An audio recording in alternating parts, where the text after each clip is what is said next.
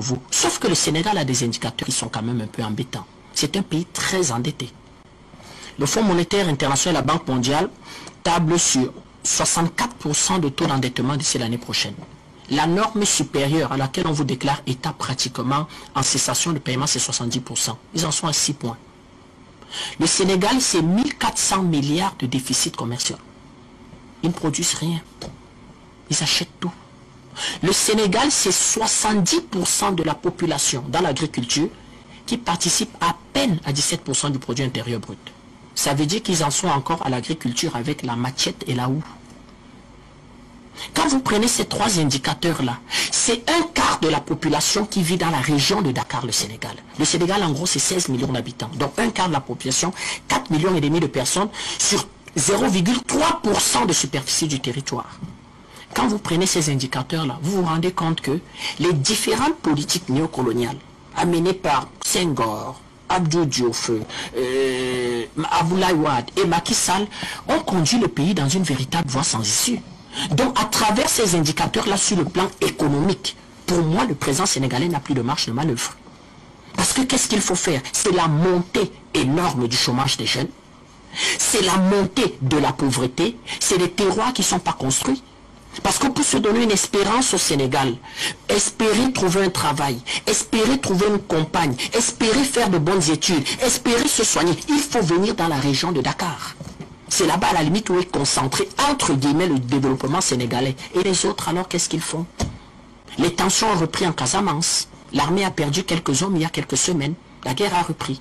Vous voyez donc que des présidents véritablement qui ont des politiques, qui ne sont pas des politiques pensées par eux, qui ne sont pas des politiques pour le peuple, conduisent à des situations comme ça, où un incident, entre guillemets même un fait divers, ou bien une trahison politique, ou une politique même de caniveau d'un adversaire, amène la population à se libérer.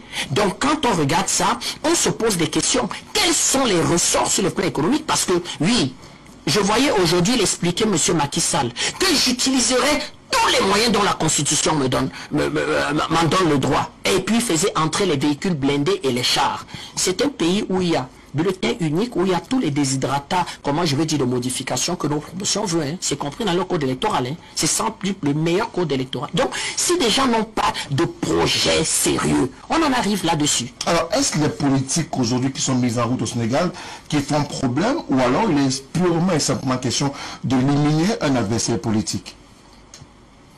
Je crois que le cas de ce député nous intéresse beaucoup au PCN parce que c'est un ancien candidat à la présidentielle qui est sorti troisième.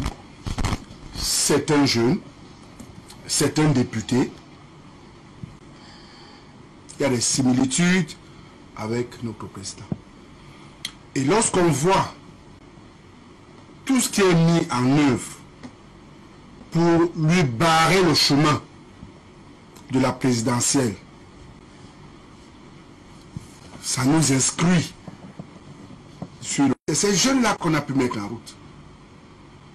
Il a suffi d'un seul appel pour que ces jeunes se mettent en route.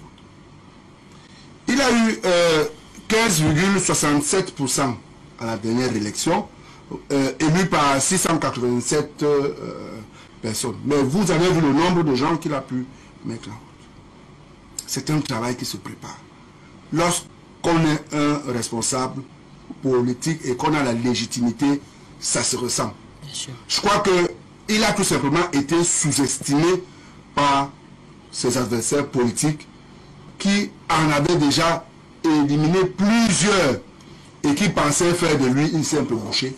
Mais la mal leur en a pris et les choses se sont corsées plutôt. Alors, les choses se sont malheureusement